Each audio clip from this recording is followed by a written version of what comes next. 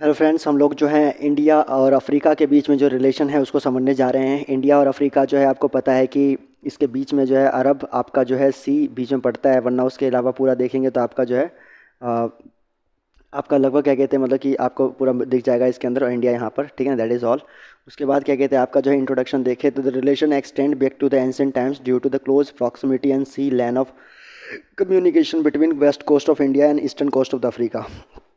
तो अफ्रीका का east coast हो गया और इंडिया का वेस्ट कोस्ट हो गया, इसके बीच में काफ़ी लंबे समय से टाइप्स हैं, यू नो दैट। ये बिल्कुल सेंटर क्या कहते हैं पॉइंट पड़ता है, बिल्कुल एक दूसरे से क्या कहते हैं कनेक्ट होने का।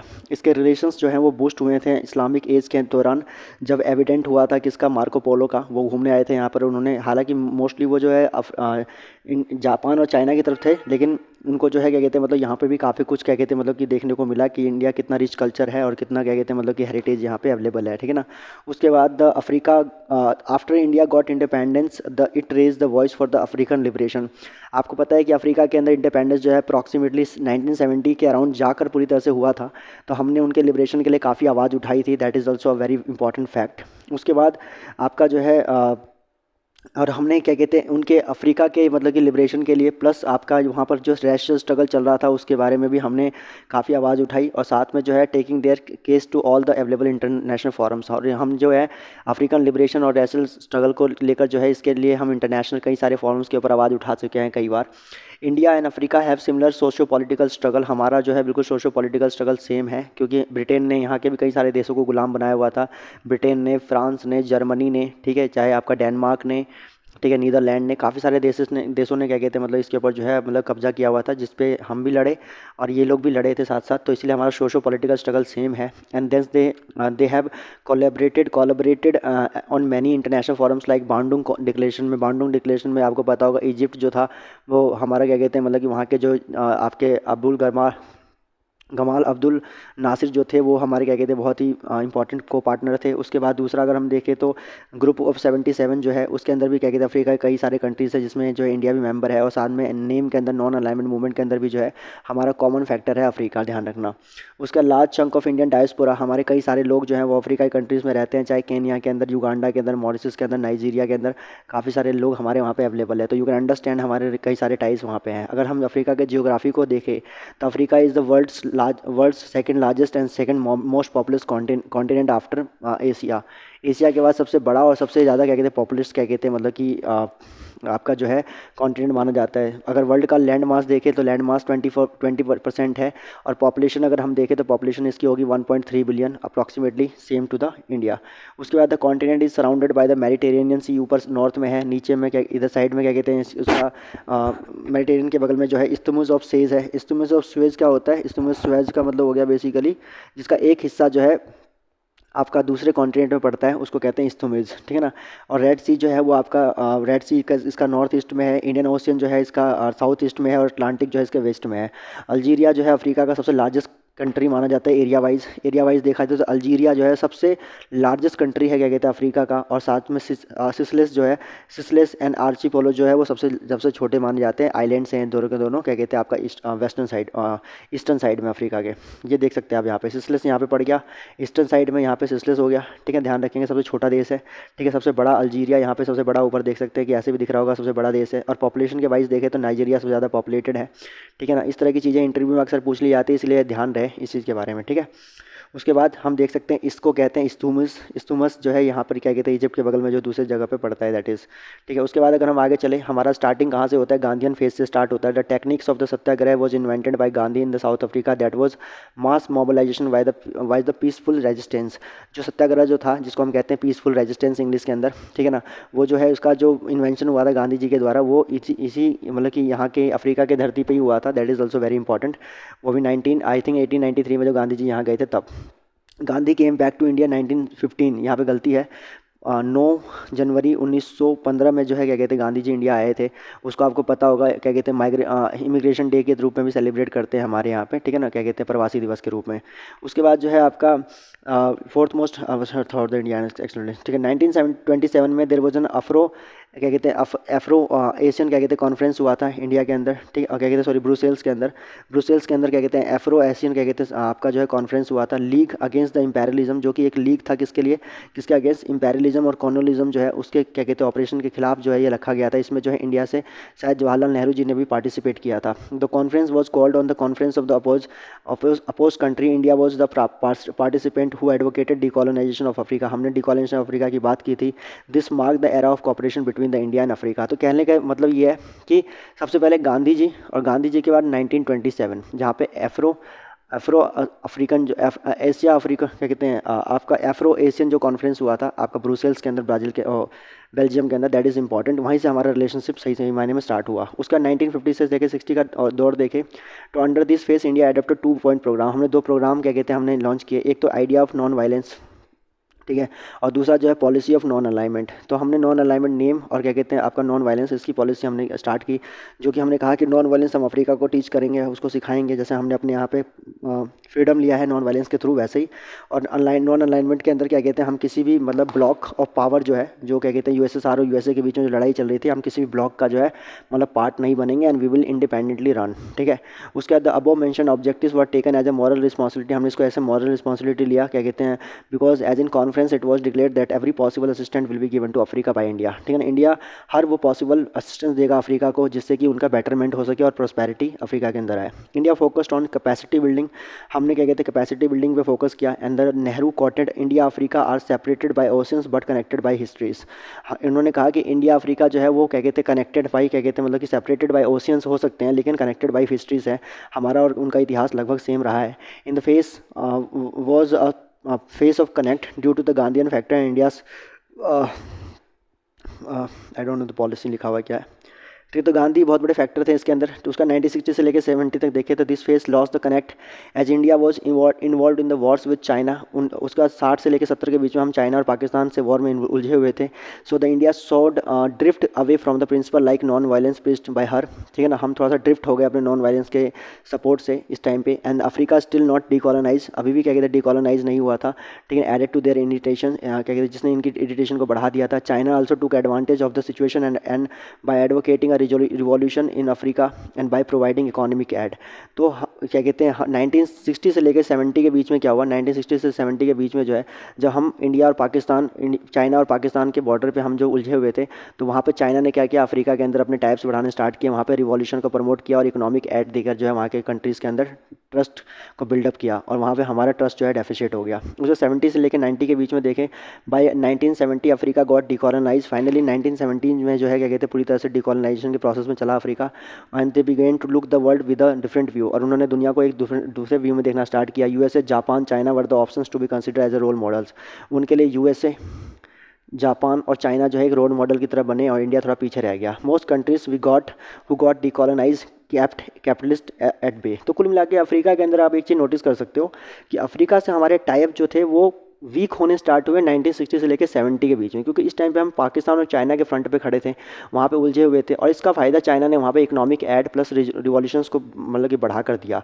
और जो जिस वक्त मतलब अफ्रीका को सबसे ज़्यादा ज़रूरत थी इंडिया की, इंडिया जो है उस टाइम हेल्प नहीं कर पाया, इसी वजह से इंडिया और अफ्रीका के रिश्ते थोड़े ख़राब रहे। then USSR with its then the most countries who got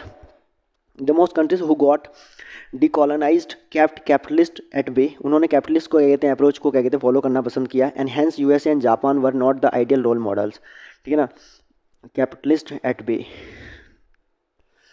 शायद लगता है मेरे को ये कह रहे हैं कैपिटलिस्ट को इन्होंने दूर रखा और यूएसए जापान जो है उनके लिए आइडियल रोल मॉडल्स नहीं बने, ठीक है। चाइना शायद बना उनके लिए। USSR with socialist pattern was considered as a preferred option, अच्छा उन्होंने क्या कहते हैं यूएसएसआर का जो सोशलिस्ट पैटर्न था उसको ज़्यादा क्या कहते हैं प्रेफर किया।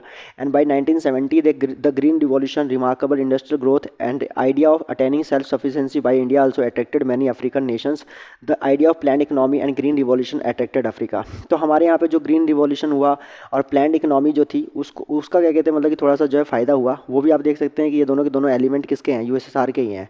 जो उसका सोशलिस्ट अप्रोच है उसी का ही क्या कहते हैं मतलब पार्ट है जो कि अफ्रीका को काफ़ी ज़्यादा पसंद आया, ठीक है। एंड इंडिया अटेम्प्टेड रिफॉर्मिंग नाम towards the sharing of the best practices among the developing nations. This phase this phase 3 witnessed a reconnect between Africa and India. लेकिन 1970 से लेकर 1970 से लेकर 90 के बीच में हमने दोबारा से रिकनेक्ट कर लिया अपने आप को अफ्रीका में, क्योंकि हमने ग्रीन रिवॉल्यूशन और इंडस्ट्रियल रिवॉल्यूशन जो हमने किया वहाँ पे, इसकी वजह से उनको लगा या we can also follow this approach. After that phase 4 जो है वो 1990 से लेकर प्रेजेंट तक का है।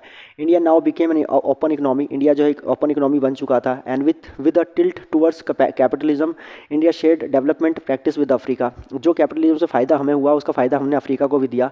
In the fourth phase like areas of health and education में हमने काफ़ी सपोर्ट किया अफ्रीका को। And India also started to engage with Africa for its oil needs and energy security. हमने क्या किया, क्या कहते हैं, इंडिया ने स्टार्ट किया इंगेज होना किसके लिए, अफ्रीका के साथ। किसकी वजह से, हमने ऑयल नीड्स की वजह से, क्योंकि ऑयल जो है वो काफ़ी मात्रा में अफ्रीका के अंदर भी पाए जाते हैं, आपको पता होना चाहिए इस चीज़ के बारे में। साथ में एनर्जी सिक्योरिटी के मामले में भी जो है Africa is a large country. इसीलिए क्या कहते हैं, अफ्रीका का सिग्निफिकेंस जो है वो 3 वर्ड से ही है, ऑयल से ही है। ऑयल का मतलब क्या हो गया, ऑयल से मतलब हो गया, ऑयल से मतलब हो गया ऑयल, ओ से मतलब हो गया ऑयल, आई से मतलब हो गया इन्वेस्टमेंट्स जो हमारे लिए इंपॉर्टेंट है वहाँ पे, और लोकेशंस। ठीक है, इन्वेस्टमेंट का मतलब कि बड़ी मार्केट है, लोकेशन यू अंडरस्टैंड। ठीक है ना, अभी देखते हैं इसके बारे में। अगर हम ऑयल की बात करें, oil discovered in Africa by American companies ने अफ्रीका के अंदर ऑयल का डिस्कवरी किया। And the north and west Africa, north और west Africa has a major location of oil reserves. देख सकते हैं आप यहाँ पे नॉर्थ में सबसे पहले देखेंगे इजिप्ट के अंदर, इजिप्ट के बगल में यहाँ पे लीबिया है और अल्जीरिया, ये तीनों के तीनों बिल्कुल स्ट्रांगली क्या कहते हैं यहाँ पे ऑयल पाए जाते हैं।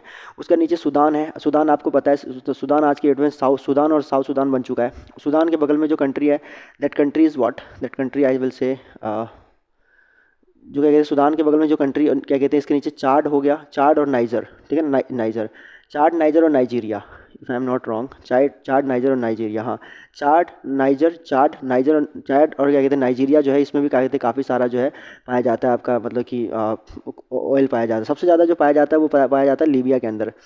ठीक है, ध्यान रखेंगे। Estimated proven reserves and production for major African oil producing countries.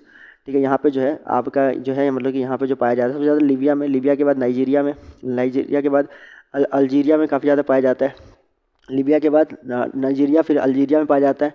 उसके अंगोला में, अंगोला यहाँ पे पड़ता है। ठीक है, एंड इसका इजिप्ट में देखें यहाँ पे, उसका गैबोन, कॉन्गो और क्या कहते हैं इक्वेटोरियल गिनी में पाया जाता है, चाड में और सूडान के अंदर। तो देखेंगे आपका जो है, देखिए यहाँ पे गैबोन में है। ठीक है, गैबोन के बाद आपका गिनी कहाँ पड़ गया, गिनी, इस गिनी यार, गिनी, गिनी यहाँ पे पाया जाता है। ठीक है, ध्यान रखें, गिनी के अंदर, नाइजीरिया के अंदर पाया जाता है। यहाँ पे इजिप्ट, लीबिया और अल्जीरिया में, लीबिया में सबसे ज़्यादा है, और चाड में और सूडान में भी क्या कहते हैं काफ़ी सारे ऑयल रिजर्व्स यहाँ पे पाए जाते हैं। ध्यान रखना, ये हमारे लिए बहुत इंपॉर्टेंट है, इसीलिए हमारा फोकस यहाँ पे ज़्यादा है कि हमें यहाँ पे ऑयल्स भी प्रोवाइड हो सकते हैं। And African crude oil is of a good quality. यहाँ की जो ऑयल है, मतलब जहाँ की जो ऑयल है वो काफ़ी गुड क्वालिटी की है। एंड क्या कहते हैं विद लो सल्फ़र कंटेंट, यहाँ पे सल्फ़र का कंटेंट बहुत कम है इसके अंदर। ठीक है ना, ये भी ध्यान रखेंगे। सल्फ़र का कंटेंट कम होने की वजह से जो है ये मतलब बेस्ट क्वालिटीज़ के क्या कहते हैं ऑयल मतलब बन जाते हैं। उसके बाद जो है अगर हम बात करें क्या कहते हैं उसका गल्फ़ में जो ऑयल्स है उसके अंदर क्या कहते हैं आपका जो है सल्फ़र की मात्रा काफ़ी ज़्यादा होती है, और सल्फ़र जो है वो कहीं ना कहीं उसकी क्वालिटी को डिक्रीज़ कर देता है, जो कि यहाँ पे ऐसा केस नहीं है। 2019-20 के बीच में अगर हम देखें, Africa accounts for 20% of the India's oil needs. ठीक है ना, अफ्रीका जो है वो क्या कहते हैं 20% जो इंडिया का क्या कहते हैं ऑयल नीड्स है उसको क्या कहते हैं मतलब कंप्लीट करता है। अफ्रीका कितना करता है, इंडिया के 20% ऑयल नीड्स को जो है कंप्लीट करता है। ध्यान रखना, हमारा जो ऑयल आता है उसके अंदर 20% जो है वो हमारा कौन दे रहा है, अफ्रीका दे रहा है, और बाकी जो 80% जो है हमारा है, 80% वो हमारा जो है गल्फ़ कंट्रीज से हमें मिलता है। ध्यान रखना, गल्फ़ कंट्रीज से। ठीक, ध्यान एक चीज़ क्या कह रहा है, 2019-20 में accounts for 20% of India's oil needs which में राइज टू 25%, वो 25% तक बढ़ सकता है 2025 तक। This remains crucial India's energy security. और आप समझ सकते हैं ये हमारी एनर्जी सिक्योरिटी के लिए कितना इंपॉर्टेंट है। दूसरा फैक्टर है I, India believes Africa is the next growth pole. India समझता है या मानता है कि अगला जो ग्रोथ पोल है वो अफ्रीका होने वाला है, and which makes Africa conducive for investment, क्योंकि वहाँ पे मिडिल क्लास जाहिर सी बात है ग्रो करेगा। अभी वो पॉवर्टी के लेवल पे हैं, तो पॉवर्टी से जब उठेंगे तो मिडिल क्लास में आएंगे और वो बहुत बड़ा मार्केट बनेगा इन फ्यूचर जाकर। And education, health and automobiles have emerge as a promising areas, जहाँ पर एजुकेशन, हेल्थ और आपका जो ऑटोमोबाइल है वो एक इंपॉर्टेंट एरिया बनने वाला है आपका वहाँ के इलाके के अंदर। आईटी और टेलीकॉम जो है, आईटी और टेलीकॉम सेक्टर भी जो है वो भी बहुत इंपॉर्टेंट है। Can find a great human resource in African youth. Indian companies like Airtel already providing telecom service in the continent. Airtel जो है वो अफ्रीका के अंदर काफ़ी सारा क्या कहते हैं इन्वेस्टमेंट करता है, यू अंडरस्टैंड, पता होना चाहिए आपको। उसके बाद also India Africa trade wrist 62 billion in 2018। India और अफ्रीका के बीच में ट्रेड जो है हमारा वो 62 बिलियंस का क्या कहते हैं फैला हुआ है 2018 तक, एंड कम्पेयर टू 39 बिलियन। तो मतलब कुल मिला के 62 बिलियन का हमारा ट्रेड है 2018 तक, और उसके बाद जो है आपका 39 बिलियन तक पहुँचने की चांसेज है। उसका लोकेशन जो है वो of Africa is very strategic on the central trade route between the Europe and east Asia. ये जो ईस्ट एशिया है और साथ में जो आपका जो है क्या कहते हैं यूरोप है, ठीक है, यूरोप, इसके बीच में क्या कहते हैं मतलब समझ लीजिए कि अफ्रीका बैठा हुआ है आपका, यहाँ से जाना है तो किसी को, ठीक है। The location is very close from the disturb west area. West Asia आपको पता है काफ़ी डिस्टर्ब रहता है एंड क्या कहते हैं and can be used for base for the conducting peace keeping operations. तो वहाँ पे क्या कहते हैं मतलब कि पीस जो है कहीं ना कहीं लेस रहता है। The location serve as a base to the conduct anti piracy operation. यहाँ का एंटी पायरेसी, हालांकि सोमालिया आपको पता है एंटी पायरेसी मतलब पायरेसी के अंदर काफ़ी फेमस है, ठीक है। Providing energy security and assisting world trade wire Suez canal. ऐसे में सुएज कैनाल का इस्तेमाल करके जो है यहाँ से सुएज कैनाल का इस्तेमाल करके हम लोग जो है मतलब कि जा सकते हैं आपका जो है यूरोपियन कंट्रीज़ के अंदर। तो ये लोकेशन भी बहुत इंपॉर्टेंट है। अब हमारे क्या क्या प्रोग्राम्स हैं, तो प्रोग्राम में देखें तो pan Africa e network project in Africa, ठीक है ना। हमारा पैन अफ्रीका ई नेटवर्क जो है क्या कहते हैं मतलब प्रोजेक्ट हमारा चल रहा है कहाँ पे, अफ्रीका के अंदर, ठीक है ना। 2004 में अब APJ अब्दुल कलाम जो हमारे प्रेसिडेंट हुआ करते थे, फॉर्मर प्रेसिडेंट ऑफ इंडिया, ठीक है ना, investigate an idea of satellite based connectivity के बारे में उन्होंने बात की to all the African nations to assist them in the health and education. उनको हम हेल्थ और एजुकेशन में सपोर्ट करें ऐसा उन्होंने कहा था और हम उनको जो है ये सारी की सारी चीज़ें सैटेलाइट बेस पे पहुंचाए। India has invested approximately 100 millions in the pan Africa e network to bridge the digital divide. हमने 100 मिलियन से ज़्यादा क्या कहते हैं यहाँ पे जो है मतलब कि डिवाइड कर रखा है, 2000 मतलब कि डिस्ट्रीब्यूट कर रखा है। 2010 मतलब कि हमने इतना इन्वेस्ट किया हुआ है यहाँ पे। 2010 in 2010 programme was officially inaugurated. 2010 में ये प्रोग्राम स्टार्ट हुआ था and with focus on the tele education and the tele medicine and mineral shaping and e commerce के ऊपर फोकस है हमारा। Indian technical and economic cooperation की अगर हम बात करें, ITEC की बात करें, ITEC programme is what, India investing in the capacity building providing more than 1 billion in technical assistance and training.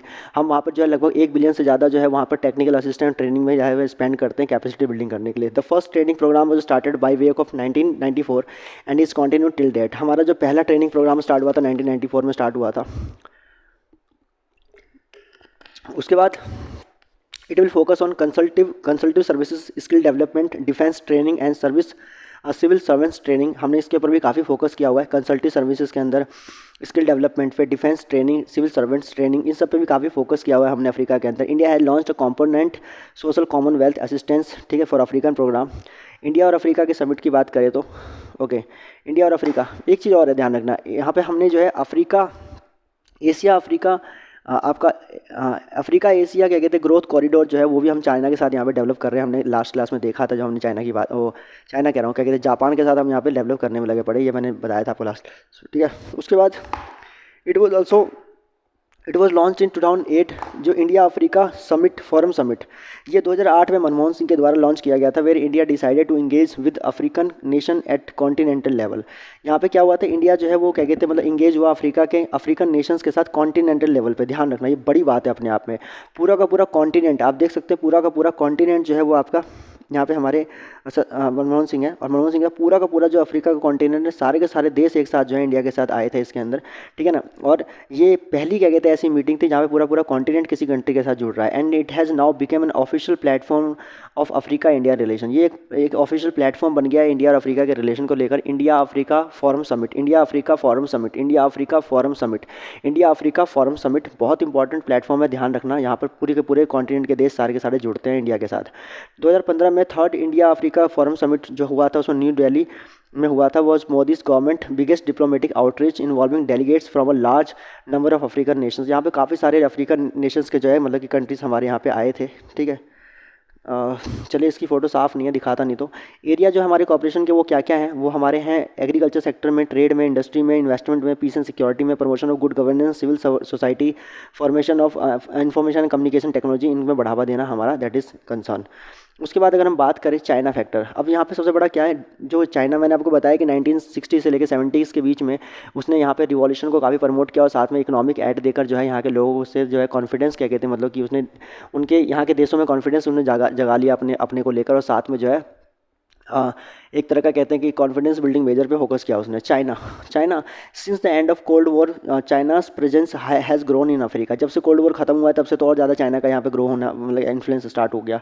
Who has been providing soft loans to African states, जो कि सॉफ्ट लोन्स प्रोवाइड करता है Africa के states को, विच resulted in the Chinese growing influence in continent, जिसकी वजह से China का जो कॉन्टिनेंट में है काफ़ी इन्फ्लुएंस बढ़ चुका है। For example Beijing used African support for securing a win for the Chinese candidate as the head of the FOA food agriculture organisation and the world health organisation. तो यहाँ पर जो है आपका फूड एंड एग्रीकल्चर ऑर्गेनाइजेशन के अंदर, food and agriculture organisation के अंदर जो है, और आपका वर्ल्ड हेल्थ ऑर्गेनाइजेशन के अंदर जो है आपका कॉन्फिडेंस गेट करने के लिए क्या करता है चाइना जो है, यहाँ के मतलब कि यहाँ के ये फूड एंड क्या कहते हैं, फूड एंड एग्रीकल्चर ऑर्गेनाइजेशन के अंदर या वर्ल्ड हेल्थ ऑर्गेनाइजेशन के अंदर जो है प्रेसिडेंसी जो है चाइना के पास पहुँचे, इसके लिए क्या करता है, वोटिंग में जो है इन सब देशों से रिक्वेस्ट करता है चाइना कि वो उनके फेवर में वोट करे। इसके बदले में चाइना उन्हें क्या देगा, सॉफ्ट लोन्स प्रोवाइड करेगा जितना वो चाहेंगे। एंड देन चाइना बीइंग सब Africa's largest trading partner, China जो है इनका बहुत लार्जेस्ट ट्रेडिंग पार्टनर है। 208 बिलियन का ट्रेड होता है, जो कि इंडिया की बात करें, इंडिया का हमने देखा था